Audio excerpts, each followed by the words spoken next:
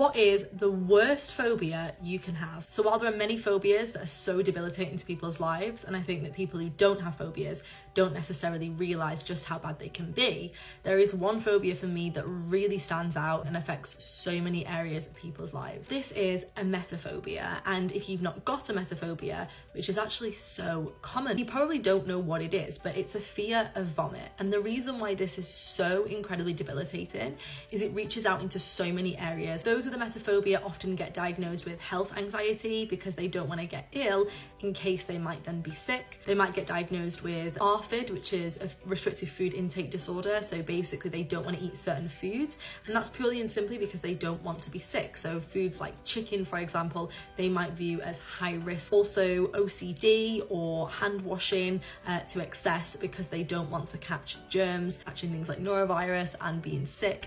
It can lead to a fear of flying because people don't want to be on a plane around other people who might be sick. It can lead to, in the worst extent, agoraphobia, which is not wanting to leave the house, because people with this phobia will often avoid places where there might be children who might be more likely to be sick, or places that they view high risk for contamination, so places like doctors' surgeries. So people with this phobia often get diagnosed with lots of different labels, but in truth it is all one thing. As you can hear, it can impact so many areas of a person's life, and that is why I think this could be the most debilitating phobia there is. Now, if you have emetophobia and you are looking for some support, we have a podcast called Handbook to Happiness, and there is an episode dedicated solely to emetophobia with the story of someone who's overcome it, explaining how she did so. We also host anxiety and specifically emetophobia masterclasses, which are an afternoon at Manchester Airport, and for details of those you can email events@speakman.tv.